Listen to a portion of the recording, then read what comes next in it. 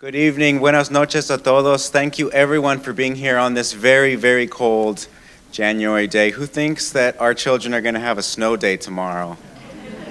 I did wake up and find a spoon under my pillow one day, and being from Texas, I had no idea what that was. It's good vibes for a snow day, which I now know. I'm honored to be here today to commemorate the work of Dr. Martin Luther King Jr. and to be guided by Dickerson and Lynette Clemetson through challenging conversations about the state of immigration enforcement in our country. Let's begin by calling to mind the killing of Renee Nicole Good, a 37-year-old poet and mother of three who was shot 3 times by a masked ICE agent on January 7th after dropping her child off at school. Let us also call to mind another killing that happened 5.5 years prior, but only a mile away, when George Floyd was choked to death by Officer Derek Chauvin. Floyd, age 46, was a father of 5 and called out for his mother as he died.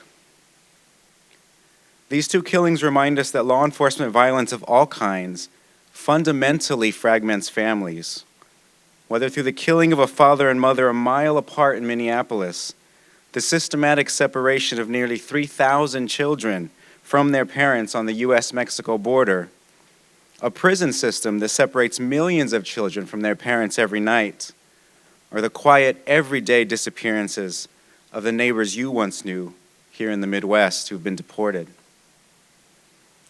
When Renee Good was killed, DHS stated that more than 2,000 officers were deployed throughout the area. Dr. King warned us about these kinds of occupying forces in his speech at Stanford University in 1967, saying, "The police have often been trained to treat the ghetto as if it were an enemy nation. In many cities, the people feel that the police are not here to protect them, but to enforce a system that oppresses them." These words are certainly apt today, as we see a surge of ICE agents in Minneapolis violently detaining undocumented immigrants, and citizens alike with no regard for due process. In these challenging times, we need people working from different disciplines to guide our conversations and inform our actions. The work of journalists, rooted in analysis, evidence, and truth, is an essential and increasingly missing component of these conversations. This is why I'm so grateful to have Dickerson with us today. A staff writer at The Atlantic since 2021, Caitlin won the Pulitzer Prize for Explanatory Reporting and the Livingston Award for National Reporting for her article, "We Need to Take Away the Children," which I can see many of you reading now. She spent 5 years with the New York Times and 5 years at NPR, and her writing has been recognized with the Peabody Award and 2 National Association of Black Journalists Salute to Excellence Awards, among others. She's also currently writing a book to be titled Deported. I first encountered Caitlin's work as I was working on my book, Raiding the Heartland, and I remember being in awe of how Caitlin could not only write with depth and humanity about public issues that the public craved, but was equally capable of gently shifting the public's gaze as if to say, "Hey, that's not the actual story. You're looking in the wrong direction." In her article, "We Need to Take Away Children," for example, Caitlin's brilliance was not in what she profiled, but whom. At the time, the mechanisms of family separation on the U.S.-Mexico border were beginning to be clear, but not their motivations and not the people behind it. Caitlin brought to light in 2022 what we see very clearly now in 2026. Violent immigration policy, in this case, family separation policy, is violent on purpose. And combating violence will take strategy in our organizing, precision in our messaging, and a prioritization of community voices. This is a hard conversation. We're lucky to have Caitlin here to guide us through it today. As we get started, I would like to thank the sponsors of our events, including the Wallace House Center for Journalists, the Center for Social Solutions, the Center for Racial Justice, the Gerald R. Ford School of Public Policy, and the Latino-Latina Studies program. Without further delay, please join me in welcoming Caitlin to the stage.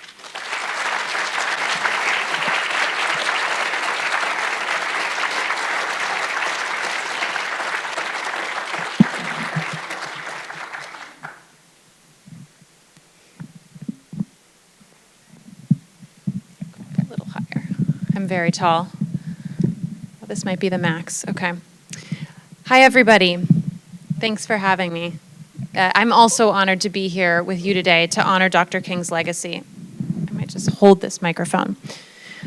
Like I'm sure a lot of you, Dr. King had a profound impact on me from a very young age. I remember his writings and teachings helping me to establish a basic sense of right and wrong. And I also in particular remember always being drawn to the way that he pushed us to question conventional wisdoms when they were serving the purpose of justifying harm or inequality, or when those conventional wisdoms didn't hold up to factual scrutiny or to moral scrutiny. Years later, it turned out I enjoyed that questioning so much that I turned it into my job as a journalist. So I'm going to start today by questioning some narratives with you all, and I'm going to ask a brave member of the audience to help me out. I'm going to share with you some descriptions of immigrants and ask somebody to guess who these descriptions came from.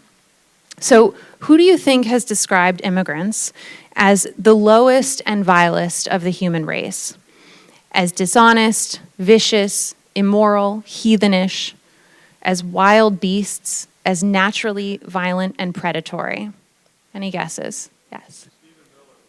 Good guess. Anybody else? I heard Trump, so I'll take that too. It's exactly what I was hoping you would say. These descriptions come from political cartoons that ran in newspapers in the late 19th century. But they may as well be verbatim, just about, repetitions of what we've heard out of the current administration. And you're probably surprised to hear a reporter in a moment of historic changes to our immigration policy start a presentation 100 years ago. But a lot of people are really confused about what's happening in the news right now. And I believe you can't understand what's happening now if you don't know about the past. So there's a reason that these stories pop up again and again. It's not coincidence. They draw from a very old political playbook. Since this country's founding, elected officials about every 50 years, one of them, has realized that when facing an angry electorate, people who feel disenfranchised, they feel frustrated with their opportunities in life, a lot easier than fixing the issues that that group is facing is to simply join forces with them in the fight against a common scapegoat. And again, historically, we as a country have blamed immigrants. Now, no doubt, we've experienced lots of immigration in the last few years to the United States, and that does pose challenges. We're going to get into the details of those numbers in a few minutes. But what has never been true is that immigrants alone are responsible for all of the social ills we face as a country, as our current president has suggested and would have you believe. So my job as a journalist, as Bill said, is to shift your focus to what the real story is and to help you really identify that spin as it's happening in real time. We all have to be armed to realize when we're being sold a narrative that doesn't hold up to moral scrutiny, and perhaps more important for me as a reporter, it doesn't hold up to factual scrutiny. So if the moment we're in now is not new in general, it is new in specific, and we'll talk about that today. I'm going to give you a brief, very brief overview now of the changes the Trump administration has imposed because they are dizzying, and I could spend this whole evening just listing for you policy changes that have taken place since last January.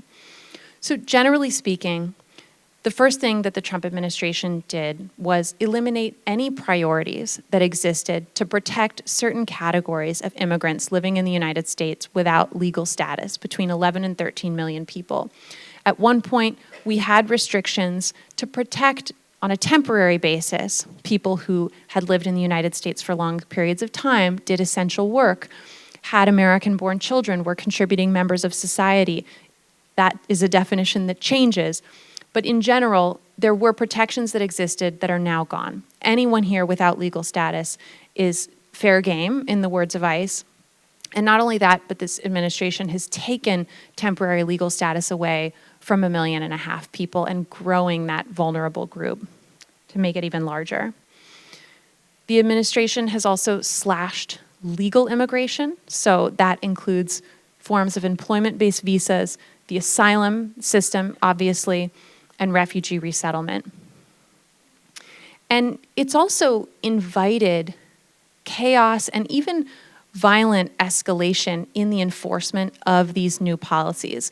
Whereas before, ICE's mandate was to carry out arrests in ways that were as quick and quiet as possible. And I don't necessarily say that to suggest that the situation before was better. I mean, what ICE would do typically was go to someone's house if they wanted to arrest them early in the morning while their children were still sleeping and pick them up, put them in a car as they headed out the door on their way to work. So that is, of course, a disturbing experience for a family to wake up to, but that was their modus operandi. Now we're talking about the opposite. We're talking about an agency that is intentionally creating conflict in the streets for the purposes of filming it and advertising it, of scaring people and encouraging more people to self-deport, leave the country on their own. The last general change that I'll say has happened under this administration is turning immigration enforcement into a whole of government project. So more than 40,000 government workers who have jobs that have nothing to do with immigration have been detailed to work on this enforcement effort.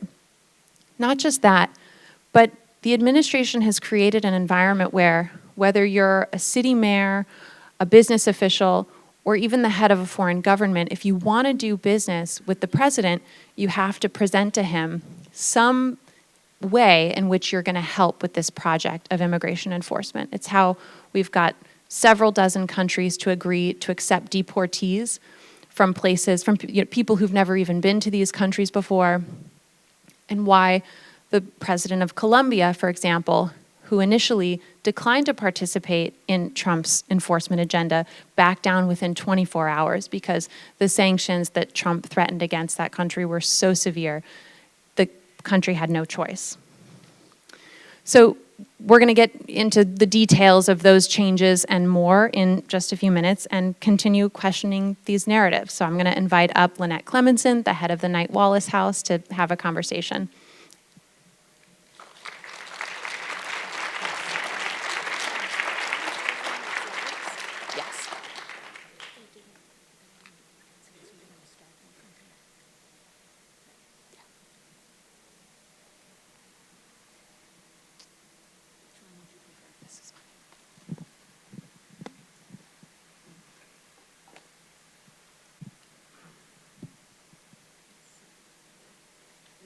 We're on, yes.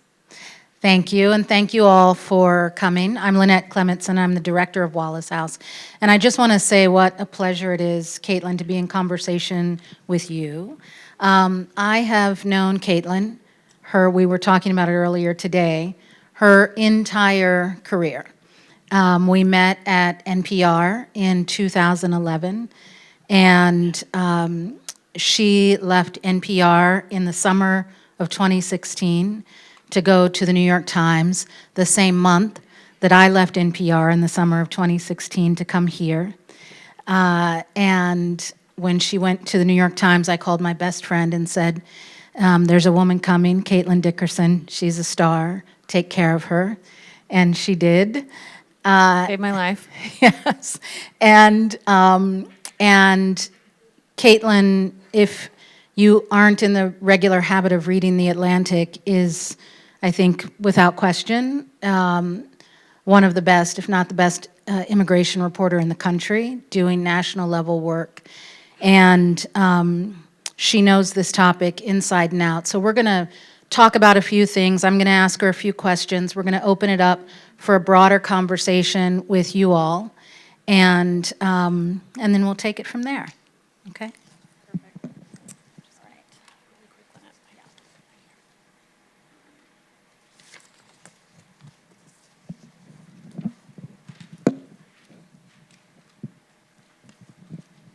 So you started by talking about some of the big shifts that have actually happened under the Trump administration. I want to go back to the campaign because this topic, you can argue, was what gave momentum to Trump's campaign in 2024. And so much was made of numbers, really big numbers that scared a lot of people. There was talk about unprecedented numbers of people who were crossing our borders during the Biden administration.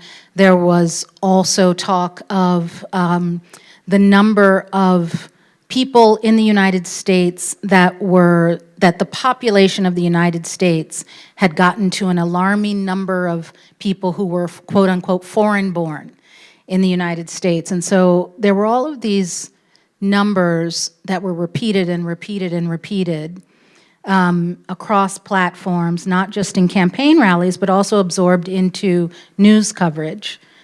What are we to make of those numbers, and what is true, what was not true, what was true but misrepresented? How do we think about it? Thank you, Lynette. I'm so glad you asked. I really enjoy all of the attention that immigration is receiving now. That isn't always the case, and I think there are really important longstanding issues that deserve our focus, but I want to point out for you how we can really get the story wrong sometimes with numbers. I mean, we have to be careful, and numbers can be misleading, especially when you're talking about immigration. So I'm going to use some slides to demonstrate the answer. If you look at the list of numbers on the right, you see the figures that Lynette was describing that were causing such alarm. We were, if you turned on the television leading into the 2024 election, in a national emergency, an unprecedented national emergency over immigration, because so many people were crossing the border. And these numbers, they are quite eye-popping. I mean, we're a big country. We're the most attractive country to immigrants, or we have been historically. That may now change. But these numbers on their own are very intimidating, especially if you don't know the information that's in the chart on the left. If you don't see that we've been here before, and that often when we talk about unprecedented border crossings, we're talking about really a marginal increase from numbers we have seen before. So one of the things I would point out again and again when covering the 2020 campaign is that, yes, President Biden did have the record, the existing record for the largest number of border crossings in a single month. The person whose record he beat was Donald Trump's. When you look at immigration over time, it looks like the stock market. It fluctuates, it goes up and down, but the general trend is up. But you wouldn't know that if you simply turned on the news and heard a report that told you we're experiencing record-breaking and unprecedented levels of immigration under President Biden. Similarly, I went back and looked at annual border crossings back to the 1920s, and you can see I've highlighted every year when border crossings exceeded 1 million. And then I went and looked at which years had a Republican in office versus which years did we have a Democrat as a president. And you can see that there are, in fact, more years when Republicans were president and border crossings annually exceeded 1 million. One of the reasons I think people don't realize this is because monthly and annual border crossings were not always front page news. They weren't even front page news 10 years ago when I started out covering this subject. I mean, Trump came into office the first time, as we all know, talking about a border crisis. That narrative has never gone away. And indeed, as I acknowledged earlier, there were lots of people entering the United States, particularly after a pandemic. Global economies were struggling. Venezuela was a very particular situation. The country was struggling economically, political dissidents were being jailed or killed, and you had millions of people moving across the globe. I mean, these are discrete incidents that happen and that lead to the kind of spikes that we've seen previously. But again, if you were watching the news leading up to the election, you might have thought, and certainly if you were listening to people on the campaign trail, you might have thought that we'd never before been in an experience of having more than 1 million people cross the border this year, and may have reasonably concluded that we were heading into a really serious crisis. And then lastly, the statistic that became my biggest pet peeve leading into 2024, as you know, Lynette, was this point being made that 15% of people in the United States were immigrants. So you may have heard this. It was on a lot of podcasts. It was in a lot of articles. And people talked about how the percentage of foreign-born individuals living in the United States had reached over 15%, the largest number in history, and a number that was only once nearly matched in the 1890s, at the peak of Ellis Island migration to the United States. What people failed to point out, again, was all we had was that information on the right. What people failed to point out on the left is that 65% of those people were legal permanent residents and naturalized American citizens. I think the way that the statistic was bandied about suggested that 15% of the country was recent border crossers, people who just arrived. So you really have to go deeper and question, and I'm making a hard sell here because I'm a reporter and I'm saying question reporters, but I think we're all getting better. Again, some of this is the result of the fact that we're now, as a result of even Donald Trump's first administration, paying more attention as an industry and as a country to immigration than we have in the past. And so there's some catch-up work that needs to happen. And what I've been trying to do is to share this context as much as possible so that we don't panic.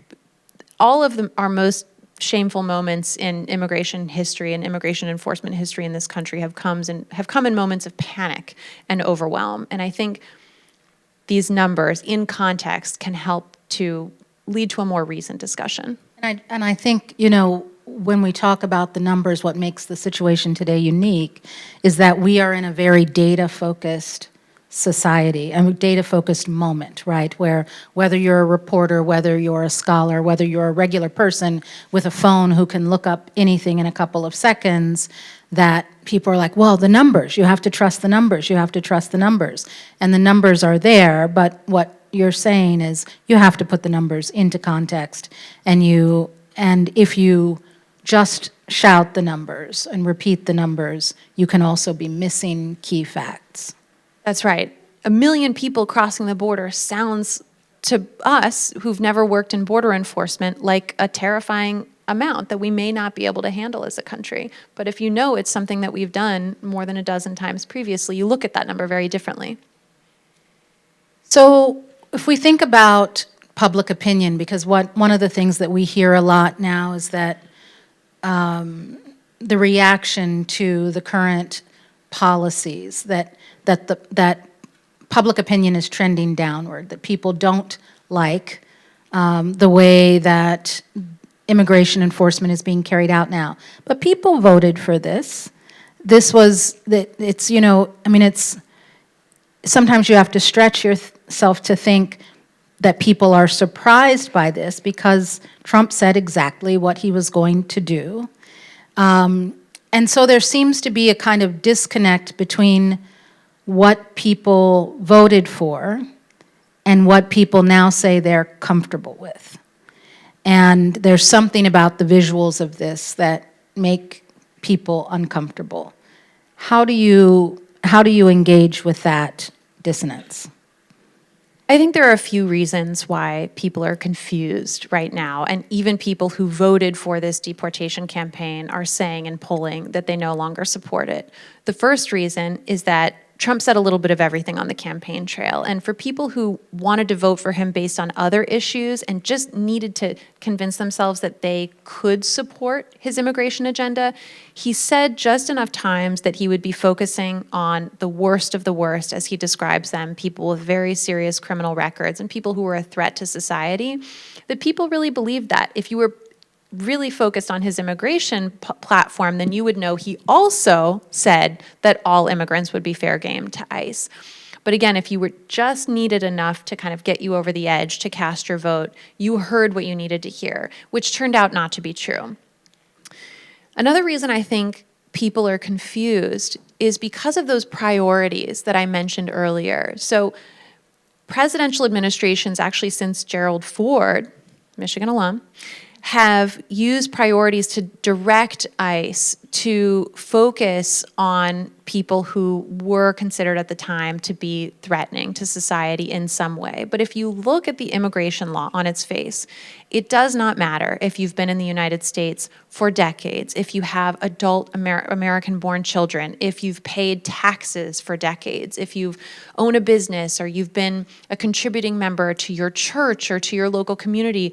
If you are here without legal status, under the law, you can be deported. And I think that's something I'm finding that a lot of Americans just didn't realize. I mean, people seem to have believed that if you had some of those positive attributes, there must be some sort of legal pathway for you, when in fact what people are learning now is that there is not. So I think an easy way to wrap your mind around this moment, if any of this is new to you, is just to remember, when you think of the jobs, and this is not to reduce people and their contributions to jobs, but this is how we all interact with the undocumented population in this country. When you think of the jobs that we rely on the undocumented population to do, farm work jobs, landscaping, domestic labor, food service, delivery, there is no visa to do these jobs. There is no legal way to come to the United States and do these jobs. It does not exist. We have a primarily family-based immigration system, and we only have an employment-based immigration system when it comes to high-skill and highly educated workers.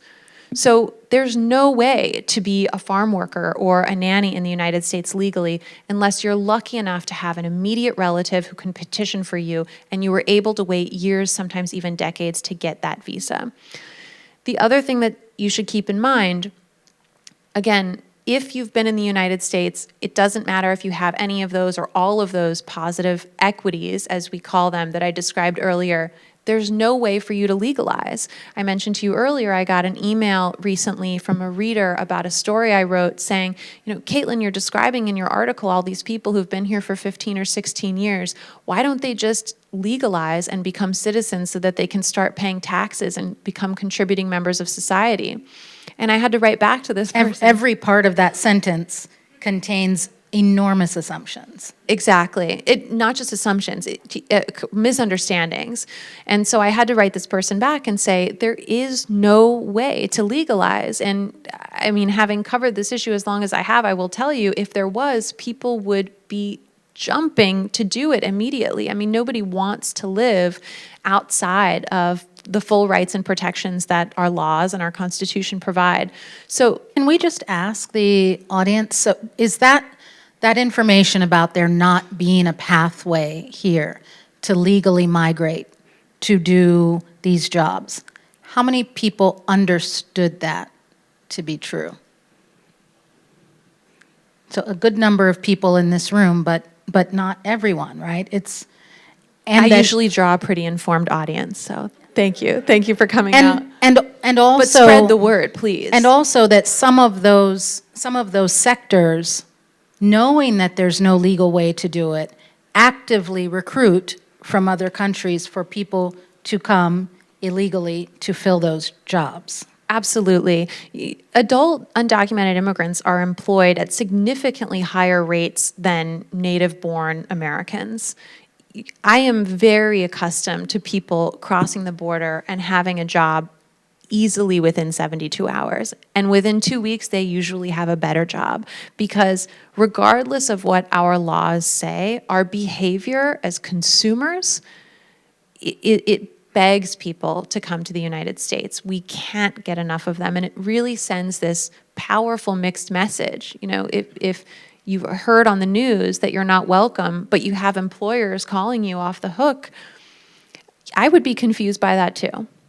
So I'm glad you asked that question, and I would just say, even for those of us who know this, I wouldn't assume that everybody in your life knows. And your friends and your relatives, I think it's worth sharing, because I've been really amazed just in the last few months by how many people have asked me, well, why don't these people just legalize? And I'm thinking, if that was possible, we wouldn't be going through any of this. And when you responded to that reader, and you said, well, there is no path, and in fact, even with no path, the vast majority of these people are paying taxes, are contributing members to their communities, to the broader society. Did you get a response back? I actually got a really thoughtful response.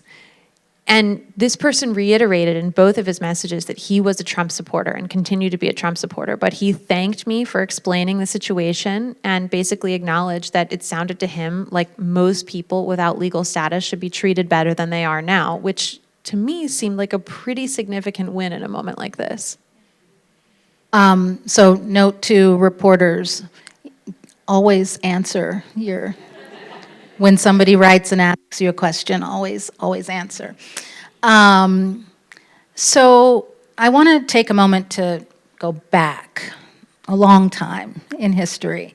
And we are here and very intentionally chose this topic for the university's MLK Symposium. Wallace House offers an MLK Symposium event every year, and this felt like the topic to tackle this year. Can we talk a bit about the history of exclusion, deportation, immigration, and how race has historically played a role in the policy decisions that we make? Yes, so this is again something that I think sort of bewilders people, that they feel like there's a racial intonation and at this point really an overt racist aspect to our immigration debate right now. But where does that come from? I don't think we're as well versed societally as we could be in that history. So this is the very first immigration law that was established in the United States. And the only limitation on who was able to get citizenship at that point was that they were a free white man who'd been in the United States for 2 years. A reflection of the fact that immigration laws were actually created in the United States for the purposes of racial control, of maintaining a white majority in this country. It was explicit in our laws for a very long time afterward. This is a picture of women who were stopped at Angel Island, kind of the West Coast equivalent of Ellis Island off of San Francisco.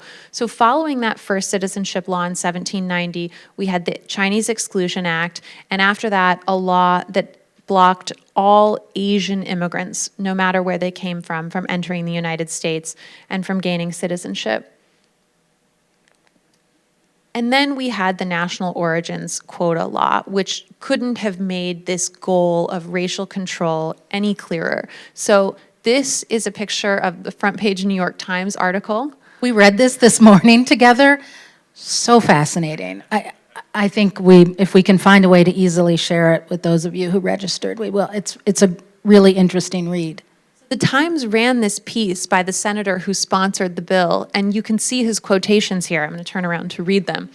Until the years 1853 to 1885, the sources from which the greater number of our immigrants came from were the same sources from which our country was originally colonized, and as a result were of this fact, the immigrants were easily assimilated. Beginning in 1885, new types of people began to come. For the first time in our history, large numbers from Italy, Greece, Poland, Turkey, and Europe, the Balkan states, and from Russia. These new people spoke strange languages. It was natural that they should not understand our institutions. So can we just take a break there? Yes. Just for people to absorb that. I think a lot of people in the room know this, but maybe not all. When you say laws constructed to maintain a white majority, people from Italy, Greece, Poland, Turkey, the Balkan states were not considered white. When you say maintain a white majority, you are talking very specifically at that time of white Anglo-Saxon Protestants. Right. So it's the definition of white that exists at the time, which has changed really dramatically. And that's why some of the depictions I quoted earlier were of Irish and Italian immigrants, not just Chinese immigrants and not just immigrants of color as we would describe them today. The senator goes on to write, let's see, these are all pretty stunning, but he says, thank you, no, I can. So from all this has grown the conviction that it was best for America that our incoming immigrants hereafter be of the same races as those of us who are already here, so that each year's immigration should, so far as possible, be a miniature America, resembling in national origins the persons who are already settled in our country. The racial, not just facet to our immigration law, but entire intention couldn't have been any more explicit. And that's true until 1965, until the Civil Rights Movement, when we not only passed the Civil Rights Act, but we passed the Johnson-Reed immigration law that eliminates race in name from racial controls and replaces it with the family-based system that I described to you earlier. But as we're going to discuss, race didn't go away at all. And probably also worth just a little asterisk here. I wish Ann Curzan were here to talk about how I just said asterisks. That when we talk about the Civil Rights Act, as so many, I think there's an event that's happening as part of the symposium about Black history is everyone's history, and to just, I think, make note that the fact that as the country passed civil rights laws, that those laws benefited large groups of people who were not African Americans, and that those civil rights laws enabled the entire country to rethink boundaries and who was included and to grow and move forward. Absolutely. The Johnson-Reed Act had been debated for decades by the time that it passed. And really it was only the momentum of the civil rights movement that carried it across the finish line, because we were in this moment of national reflection about what do we want our laws to say about who we are. And it was no longer in that moment what we wanted to associate with our national identity to have a race-based immigration system in name. So am I right in thinking that if we explicitly took race out of the equation in 1965, that it feels like in the past year or so we have explicitly put race back into how we're deciding who is in and who is out in the letter of the law, or at least in the public discourse? This is the whole saying the quiet part out loud thing, I think, is what's happening more recently. You are right. So after 1965, none of us will be surprised to be reminded that race did not go away entirely from immigration enforcement. And consistently in my coverage of this issue, I've heard about how immigration officers have always been directed primarily to do their work in low-income communities of color, not pursuing for deportation wealthy visa overstayers from Western Europe or from Canada, of whom there are many in the United States. And in fact, I remember interviewing one Mexican-American ICE officer who worked in Chicago for a long time and would tell me about how he would drive past neighborhoods that he knew were full of Polish and Irish undocumented immigrants into, again and again, the Mexican neighborhoods.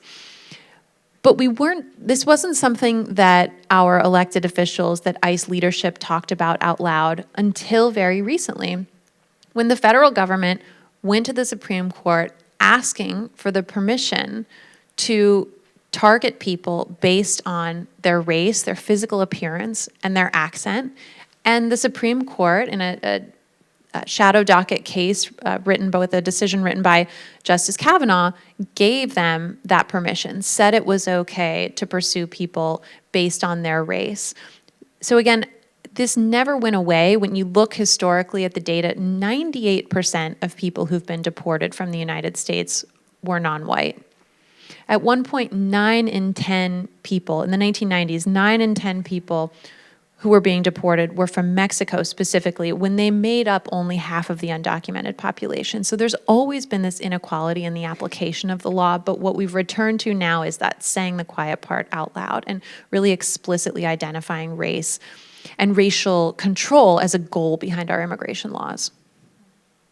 So since you brought up the Supreme Court, I just want to stick with laws for a bit.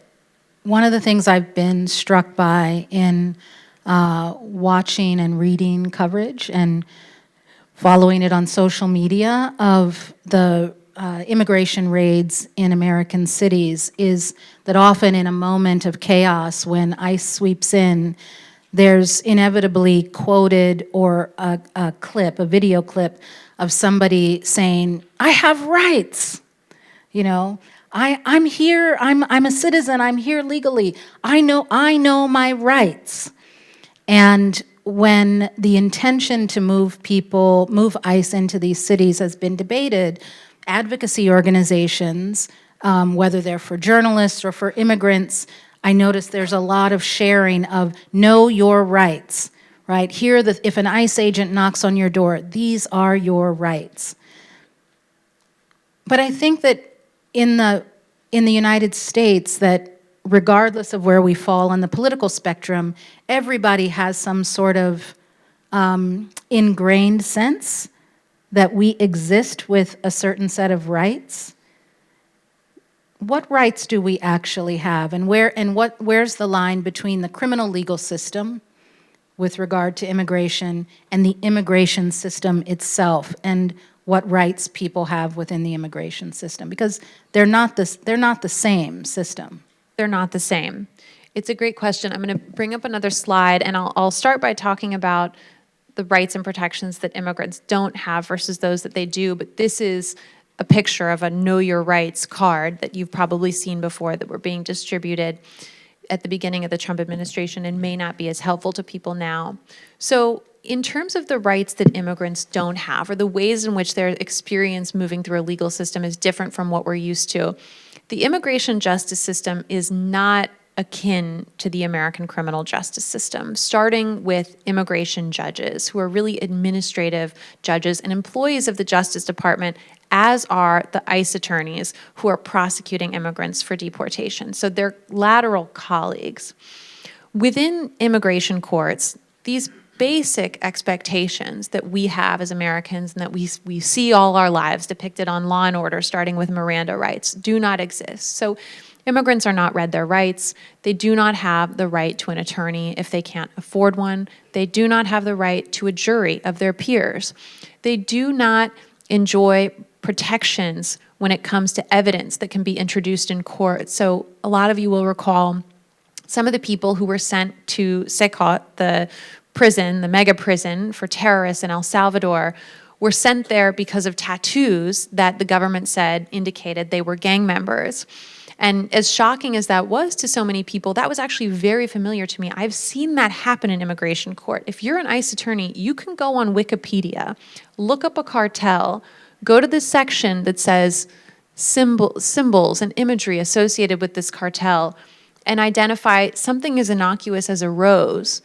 You can hit print and turn that over to the judge as evidence in court that an immigrant is associated with a cartel, and a person who may not have a lawyer there to defend them and may not have the resources to be able to explain that actually it's just a rose, or it's just a heart, or it's just a puzzle piece.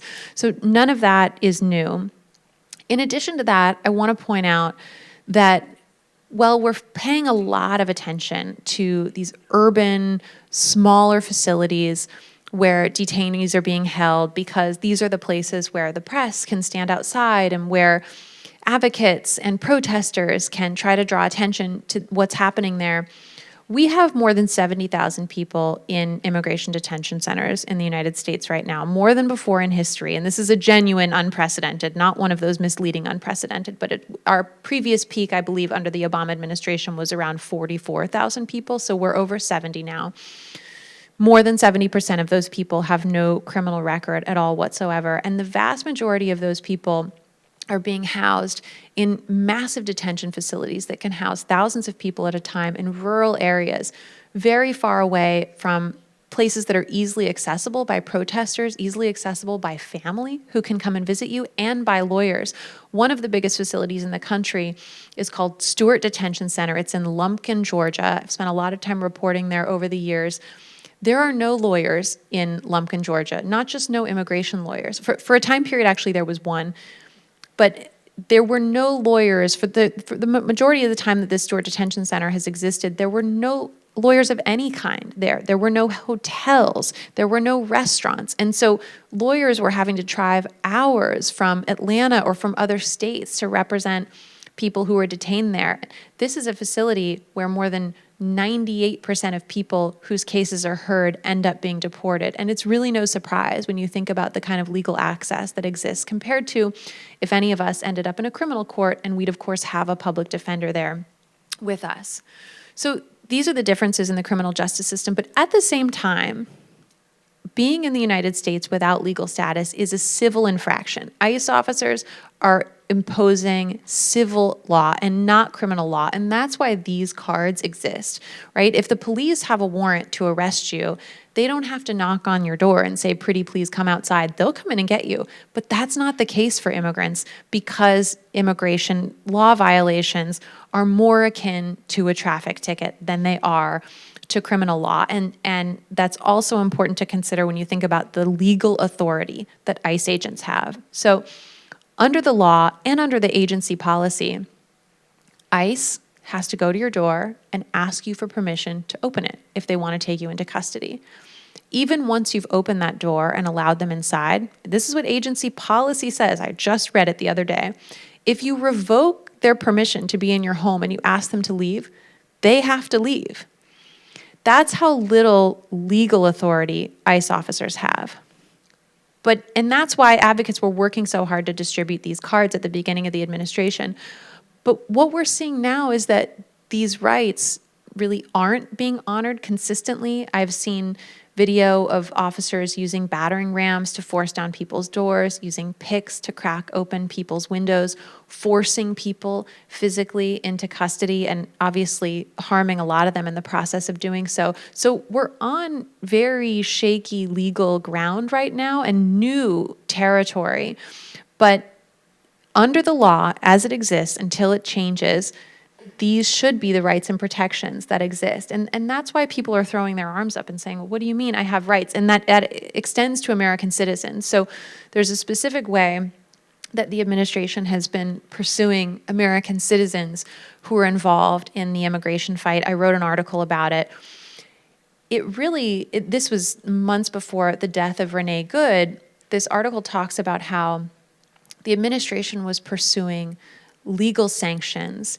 It was pursuing sanctions to keep people out of court if they were lawyers, to prevent them from doing their jobs, and also using intimidation tactics to discourage people who were coming out into the streets to defend immigrants. So initially, when this story was written, those intimidation tactics included tailing people, following them around to make them feel scared for chasing ICE, filming them, obviously, roughing people up sometimes, and detaining them. I mean, ICE has detained lots of U.S. citizens, knowingly detained U.S. citizens, because it's claimed that they're interfering with their work. Obviously, those tactics have escalated and have now resulted in the death of a protester. But they're doing this by talking about their mission. The Department of Homeland Security was created to prevent another terrorist attack in the wake of 9/11. And though in practice its mission has never had very much to do with anti-terrorism, the administration is now using the label of domestic terrorist to justify cracking down against protesters, against lawyers, and anyone who's trying to advocate for immigrants. I wrote in this article about a presidential action memo that President Trump released after Charlie Kirk's death, and I should have put it up on a slide. It describes the definition of a domestic terrorist.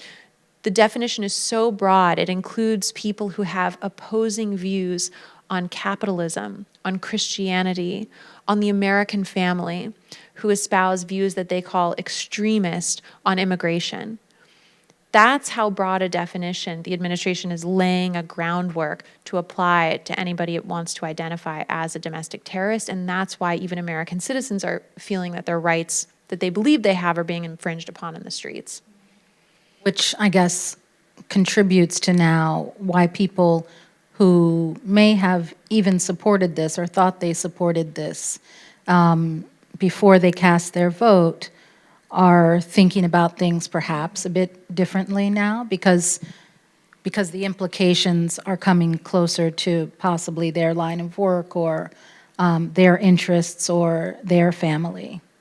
That's right. I mean, I think a lot of people, and this applies to immigrants who voted for Trump and some American citizens who did and are now questioning their choice. There was this really strong belief that whoever this group he's talking about going after isn't me. Like, people really were convinced that it wasn't them. And again, they didn't make that up. The president said just enough on the campaign trail to convince them that that was true. But I think what we're seeing in the application of these new immigration laws and in, for example, this definition of domestic terrorism that seems like it could really arguably be applied to anyone, that there's no one group that is actually, that can confidently say that they won't somehow be subject to this enforcement campaign. So we're going to get ready to open it up to the audience, but I want to just ask you one last question about language, and we can talk about this privately, but I actually wanted to include it here in front of the group because I think that sometimes people can think that journalists don't engage in critiques of journalism, and that we're not self-critical of our own industry and our own habits. And we're reporters, and language is important. And I think the language of immigration is especially important and puzzling, and has been for a really long time. And when you think about the kind of words that we use when we talk about immigration, there are certain themes that come up. Of course, the oldest word that everyone is familiar with is the term alien. But of course there are others, and when we talk about the action of immigration, we have words like surge, invasion, floods, that literally natural disasters that people are afraid will come and destroy their homes and their towns are used for the arrival of people. And when we think about the term, so let's talk about gardening. So if I say transplant, right, whether we're talking about, I don't know, tomatoes, right? If I transplant a heart or a tomato, that means I'm taking something from one place and putting a part of it somewhere else for the good and health of more of that thing. That is a good thing. And if we talk about invasive species, also in gardening and natural life, those are things that are coming in uninvited, unwanted, and that they're things that are harming our natural habitat. And yet, over and over again, the words we use as journalists in our regular conversations are for immigrants are these words that carry connotations of fear and harm. So let's just say if recent college graduate who starts their career, if you get a job with Bank of America and move to Singapore and fall in love with somebody in Singapore and have kids and decide to stay there for 10 years, what are you? You're an expat. If you reverse that and somebody's coming into the country for work, they fall in love with somebody here, have kids, contribute to their community, even the term migrant carries a kind of a different connotation than the term expat, which suggests some sort of sophisticated international life, and migrant has a kind of rootless, again, taking harm associated with it. So what do we do about language with this issue? I love this question, and I've always obsessed over language because it is my job, but especially since a conversation I had a couple of years ago with a farmer in upstate New York, a Trump-loving farmer to his core. He was so passionate about the president, and I heard him go on for a very long time about this passion. And he said to me in the course of his conversation, of course, his whole field work staff is undocumented. We talked a little bit about the discrepancy that's sort of there. But he said at one point during the conversation, I don't like this term migrant. I don't like referring to my staff as migrants. It just gives me a bad feeling. It just sounds negative. I mean, they're just people. And I thought, yes, I agree. I appreciate you pointing that out. And it was almost, because especially now there's this real sort of anti-woke backlash around language policing specifically. And I agree sometimes that conversations about language can be unproductive, but this one is not. And it almost took the farmer's validation of the inherently derogatory nature of this word to make me think even more deeply about it. One of the things that I think about, so there are all these ways that we kind of passively participate in the, I think, continued racialization of immigration through our language without realizing it, like in the use of expat versus migrant. And I do, friends of mine who are reporters who are aware of this, when people go and take foreign postings abroad, they always talk about how they're migrants. And they always talk about how, when they bring their spouse and their spouse is waiting for a visa, they're an undocumented migrant. They're doing it to make a point, to sort of be funny. But by and large, we don't talk about Americans who go and live abroad that way, or people from Western Europe, or people from Australia. Now we call them digital nomads, which even that has this romantic kind of idea. We could just as easily refer to them as migrants. Kind of in the reverse, I'm noticing now people using the term migrant to describe folks who've lived in the United States for 20 or 30 years, who have American-born children, who own businesses, or who have jobs, who speak English fluently. It's actually a misleading term. It's not just a dehumanizing term, but it's confusing for people.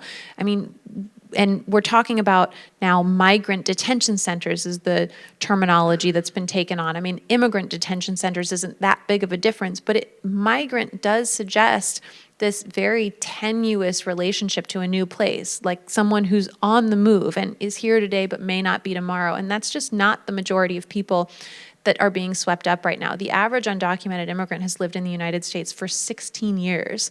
I think 1 in 3 have an American-born child. There are 6 million children in the United States with an undocumented parent. So these are lots and lots of people.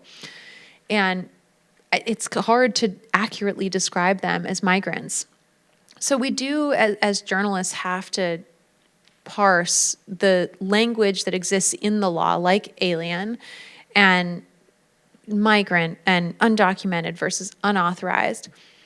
What I have come to as a conclusion most recently is that often the best word is person.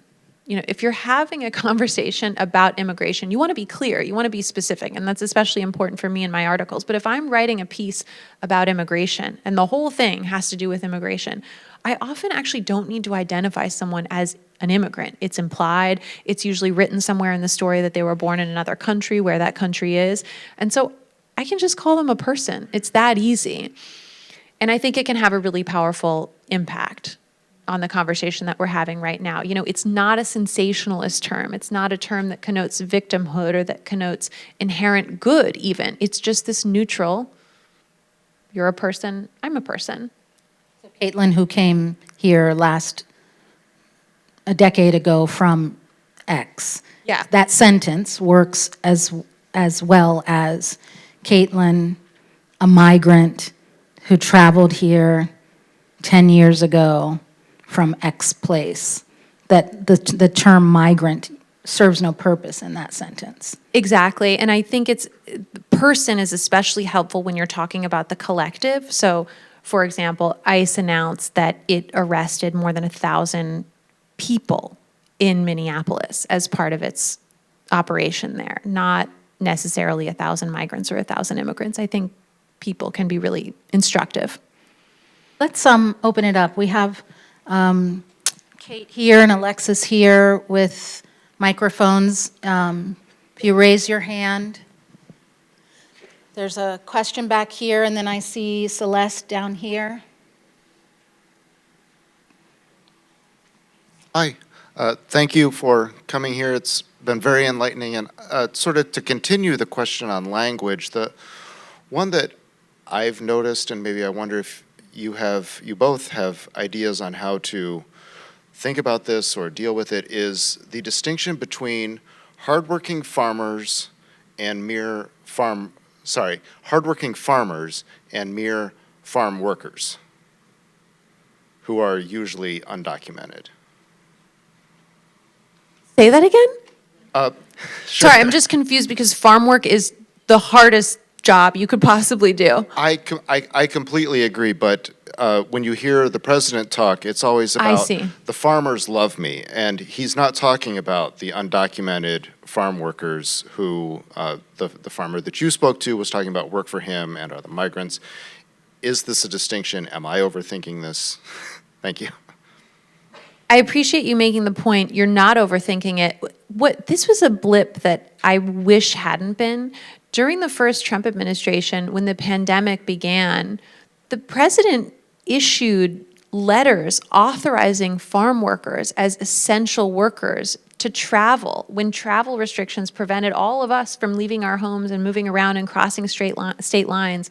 It was the undocumented workers that the administration so reviled who were issued documentary evidence of the essential work that they do in the United States. My head started to spin a little bit because I've spent a lot of time in the last couple of years on farms, and I grew up in a farm town in Merced, California, so I would drive past on a field on the way to high school every day where I would see farm workers hunched over picking radicchio, rain or shine. But, you know, I've spent so much time with people and seen the blisters that they have on their hands, how they have to soak their hands in hot water at the end of the day because their knuckles are so sore. People who are just completely sunburnt from head to toe almost permanently. I've had farm workers tell me, I mean, some who I know really well, because they're in my book, that they actually train themselves not to go to the bathroom all day so that they could get more work done because they're paid per piece. They're paid per individual grape or apple or peach that they pick. You know, they chew gum so that they wouldn't have to stop for lunch. But of course, you know, where you put the working in front of, whether it's hardworking farmer or farm worker, carries a lot of code. So if you look at who is hardworking, it's meant to suggest a juxtaposition in people's minds with who are characterized as lazy. And that has a lot of historical weight to it as well, right? We're conditioned to think of certain people, certain groups, even certain types of work that we know are actually physical jobs that a lot of people in this room wouldn't want to do, but somehow coded to think that the people who do that work are inherently lazy and not hardworking. And so the hardworking in front there is doing a lot of work. Yeah, Is doing a lot of hard work. What I hear there, hardworking farmer or hardworking teacher or hardworking journalist, it almost sounds to me like it's optional. Like this person could have done anything in life and they've chosen to do this hard work for the benefit of others. Farm worker to me sounds like someone who exists for the purposes of their work. Like that is their vocation, that it doesn't really grant them agency. That's what it sounds like to me. Because again, you could just use person, but when we call somebody a farm worker, it seems like that's what their value to us is. So I'm really glad that you pointed that out, and I'm going to pay more attention to that one specifically moving forward. Thank you. Thank you so much for this conversation. As a policy analyst, a person who analyzes public policy, I'm always interested in the street level bureaucrats, if you will, the people who are executing policy on the ground. So my question is about the ICE agents, and it sounds like you've interviewed them. I'm so curious to hear more about this group. I would imagine that many of your interviews with people who have been doing this for a long time, but in order to advance this policy, I would imagine this workforce has had to expand significantly. And we've heard about the militarization of this group of workers. We've heard about I was watching TV and saw ads for if you want to come and be an ICE worker, come on down and sign up. So this kind of range of how people are coming into this work, I'm really curious about the training they receive. What do they have to say about about their faces not being visible and the masking? In your interviews and in your research, what can you tell us about the folks who are executing this policy on the ground, in the streets, et cetera, and how this workforce has shifted over time? That's a great question. Thank you. I wrote an article about this recently. I think it's called How ICE Lost Its Guardrails. Really significant changes on this subject and really important to pay attention to. So I think going into the Trump administration, we had about 7,000 ICE agents in the country. The Department of Homeland Security claims that it has since hired 12,000 people, and most of that have been since the One Big Beautiful Bill Act passed, tripling ICE's budget, giving ICE a military-sized budget. So very, very recent hires with much less vetting than we're used to. For context, ICE has always had a hard time hiring because their work has always been heavily politicized. And throughout my time covering this issue, I've had ICE agents more often than not tell me that they don't tell their neighbors, they don't tell their kids, friends, parents at school what they do for a living. Because even in really conservative communities, immigration enforcement becomes personal when you're talking about arresting people's employees, the employees of farm owners or restaurants. So it's always been really hard for ICE to retain employees. And it's even harder now. And I think you can see the quality of the person that they're able to recruit at this moment reflected in videos that clearly show, from a basic layman's perspective, that law enforcement and civil rights 101 are not being adhered to. That also is a reflection of the fact that training has been slashed by more than half. So the people go to this facility called FLETC. It's in Georgia. You used to go there. Now I think the training is only 5.5 weeks. It used to be more than double that. You used to, in the past, learn about the intricacies of immigration law, learn about the Fourth Amendment, about constitutional rights in general, about these rules, like you can't force your way into people's homes. You have to ask their permission. A lot of that is going out the window. And so there's a huge divide right now between the old guard at ICE and the new people coming in, and just the changes that people who remain with the agency are being asked to incorporate into their work. There's a lot of frustration.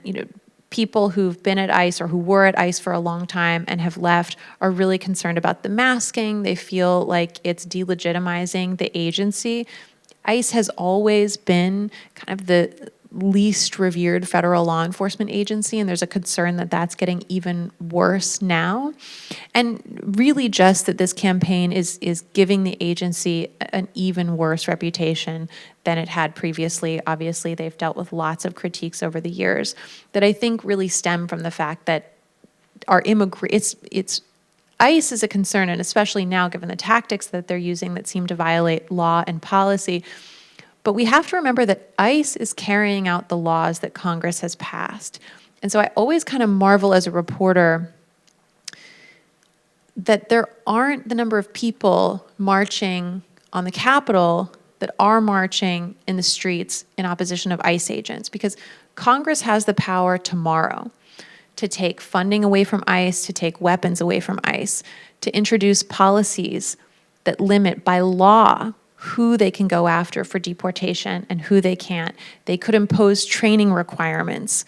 They could impose vetting requirements. Congress has the power to determine all of these things. So just wanted to throw that plug in as well. But the agencies for really, government. well, I want to throw that plug in for accountability, because I think it's easy to forget. And part of that is because the way the political discourse has evolved, it would lead you to believe that the president determines immigration law, when in fact the president doesn't. Biden issued these memos and proclamations that went away on the first day of the Trump administration.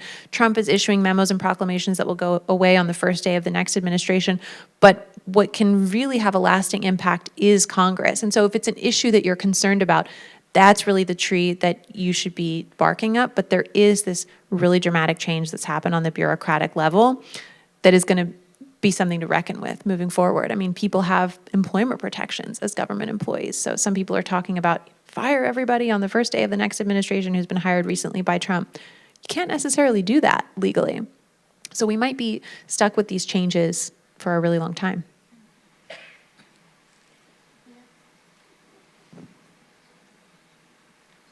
Thank you.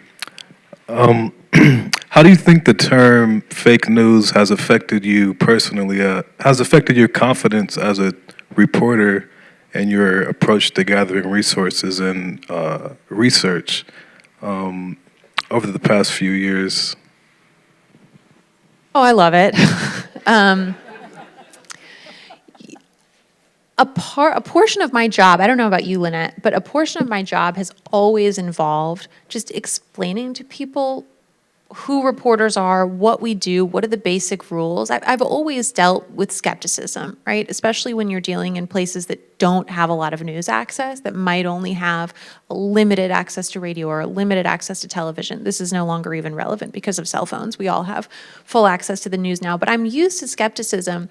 And I think it can have a really powerful impact. First, just to see my face, just to see that I'm a person and I'm not a sort of evil falsehood generating robot, which I think is kind of genuinely what some people think journalists are nowadays. So I think just to see that I am a human being, a person, has a really significant impact in and of itself.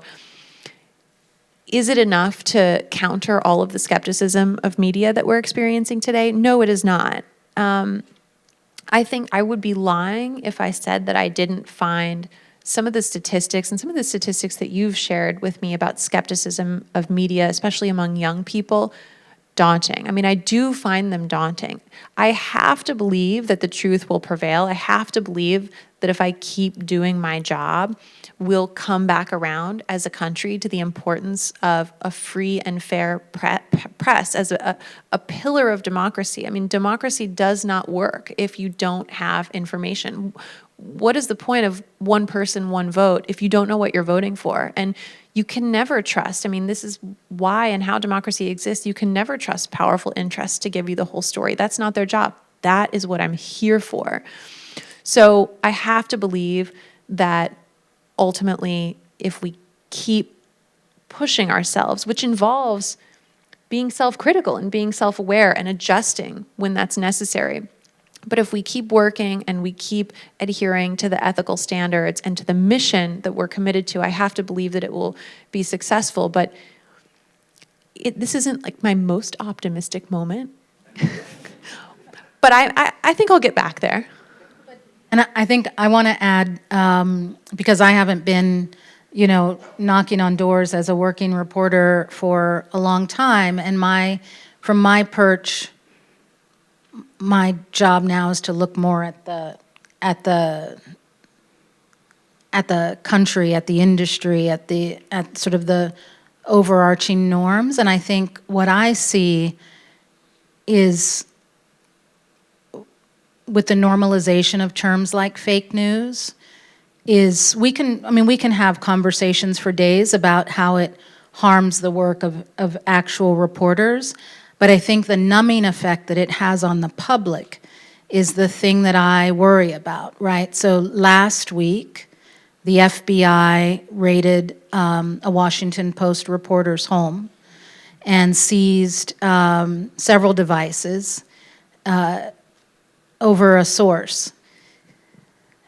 I know that the people I know were talking about that, but if I were to get the largest auditorium at the university and ask students whether or not they knew that incident happened and what it means and what that violation of the Fourth Amendment meant to them, I think the response would be really different, and that it didn't seem to be a story that cracked through the news last week. And so that's a worry to me about the health of everybody, the health and safety of everybody in this room, because when you see reporters like Caitlin as robots who are spreading misinformation, and oh, well, whatever happens to Caitlin is none, you know, who cares? She's just a reporter.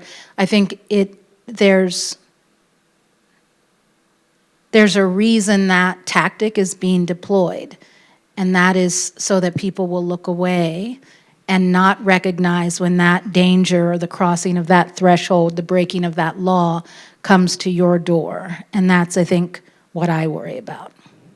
Right. I mean, attacks on the press and retaliation against the press, that's part of the definition that we associate with authoritarian regimes. And we, in fact, impose sanctions as a country, or we rate, the State Department, when we're assessing whether a country is safe to go to or not, we assess how they treat journalists in order to make those determinations. So I do think, I started this conversation by saying I'd really like to get people very well versed in this history of blaming immigrants for every problem that society is facing during election cycles by populist candidates, so that when it comes up again, because it will come up again, and we don't know what's going to happen in the next 10 years, in the next 20 years, but guaranteed in the next 50 years, another moment just like this will occur. And so it would be great if people were armed with the knowledge to be able to identify it right away and say, okay, maybe we are experiencing a lot of immigration right now. Maybe I have some concerns about that, but I know that this argument isn't true, that it hasn't held up to scrutiny ever before. Similarly, I'd love for people to be able to recognize when people in power start to criticize journalists. You can criticize individual stories and even outlets and have a problem with their work, but when you criticize journalism as an institution, that too should raise significant red flags about the safety of our democracy. And it should be something that we're all prepared to identify and to defend. Thank you so much for being here. I wanted to ask if you could talk a little bit about how Islamophobia has been used to shape immigration law and anti-immigrant rhetoric. And then also, in your opinion, what do you think this moment is calling us to do?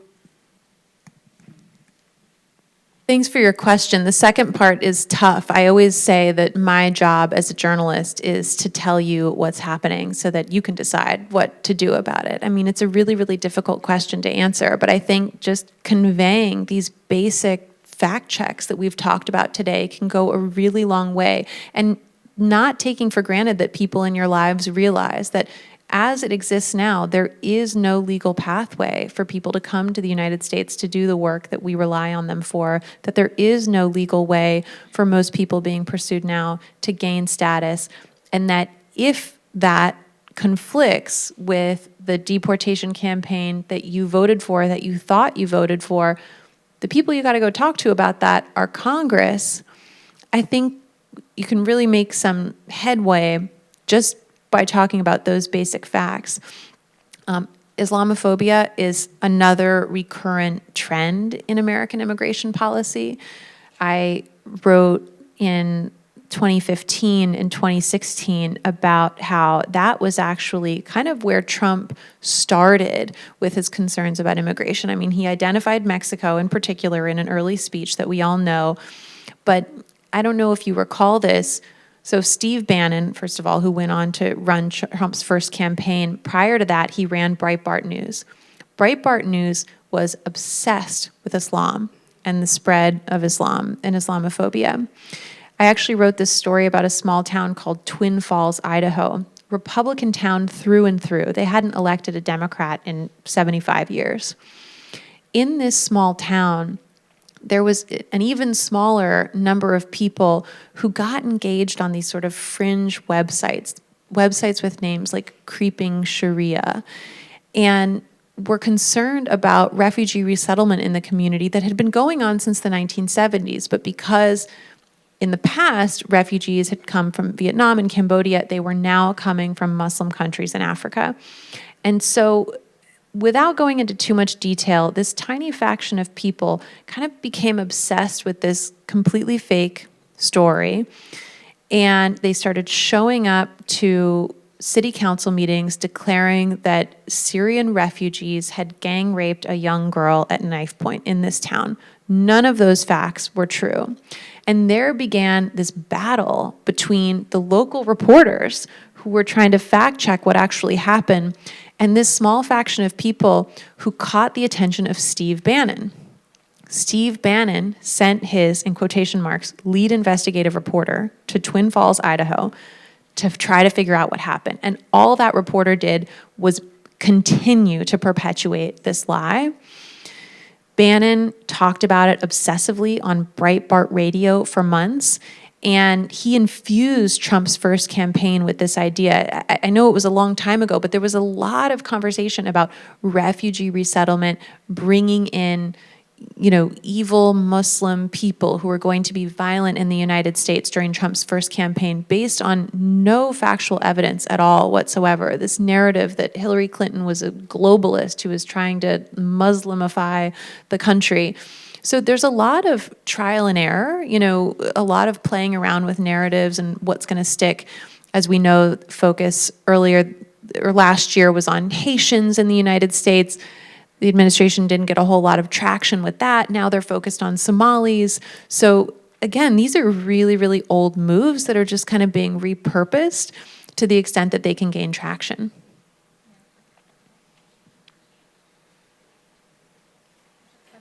All the way in the back, top row. I apologize if we're not seeing you. The lights in the back are creating some pretty significant blind spots for us.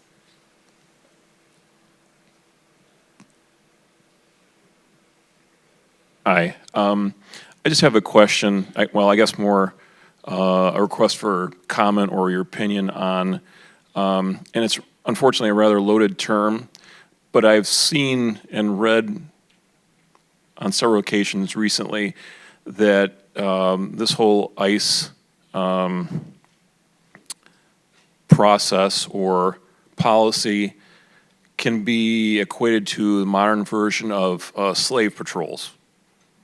And I wonder what your opinion is of that. Thanks for your question.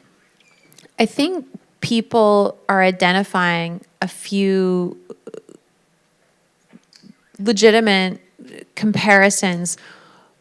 What comes to mind for me is that, and it really isn't a question for me to answer. I think you were sort of acknowledging that from the beginning, that as a journalist, it's really not my role to say whether that's the case or not. But what I can tell you is somewhat similar, is that in name, ICE's mission is to pursue people who are in the United States without legal status.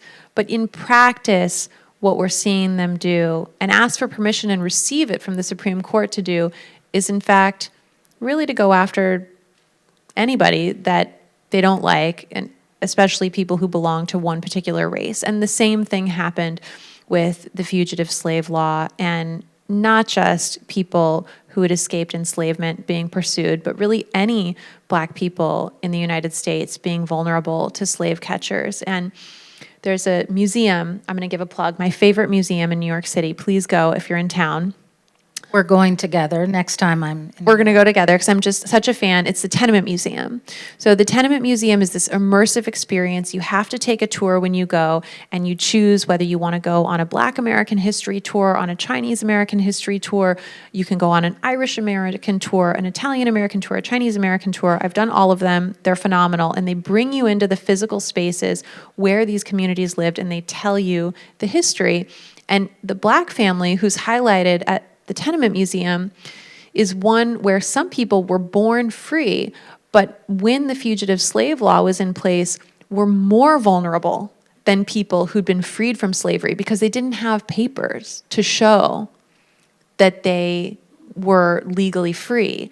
And so you can't help but hear those words when you're watching the news today and hearing people say, why would I have my papers on me? I was born in the United States. Or why would I have my papers on me? I've been an American citizen for 30 years. I think that's one point of comparison that, we sometimes see these kind of racialized laws or racialized enforcement of laws creep into and beyond their original mission and to become much more vast and much more dangerous as a result of that. The other comparison is that during the time that the fugitive slave law was imposed, you had state and local governments passing legislation to try to protect Black Americans.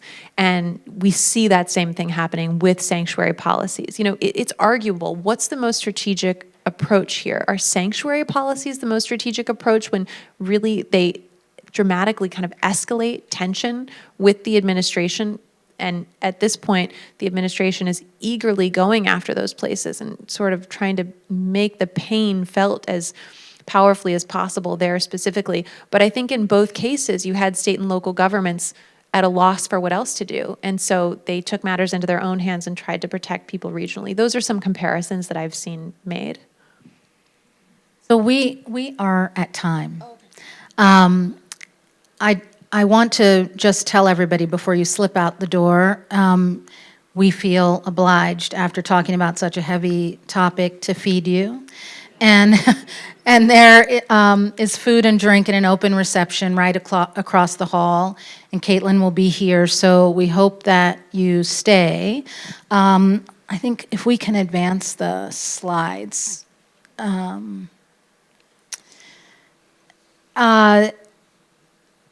You know, we do these events to talk about important issues, but at Wallace House, we do these events with journalists to bring transparency to, at a time when a lot of people don't know a working journalist, to what journalists do, right? The way they do their work, the whys that are involved. And I actually think it's so valuable to have questions come from the audience and have Caitlin say, well, it's my place to tell you what happened as a reporter, and it's your role to then figure that out. And so we're always happy when a room full of people comes out to listen to a journalist. The story that Caitlin won the Pulitzer Prize for and the Livingston Award, how many of you are familiar with the Livingston Award?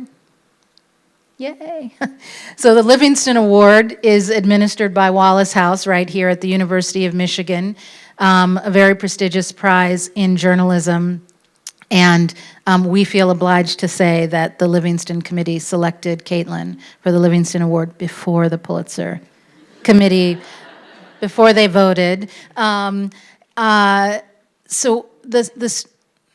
Do you want to mention that it was the year I won the Livingston was the 4th time that I was a finalist, and I said, if they don't give it to me this year, I'm done with these people.